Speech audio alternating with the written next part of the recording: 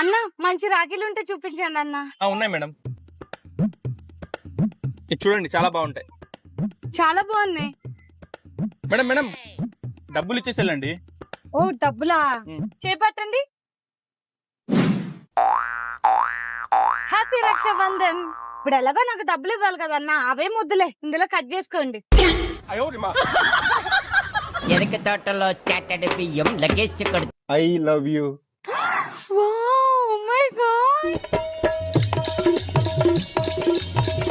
Happy Raksha Bandhan. లజ్జండ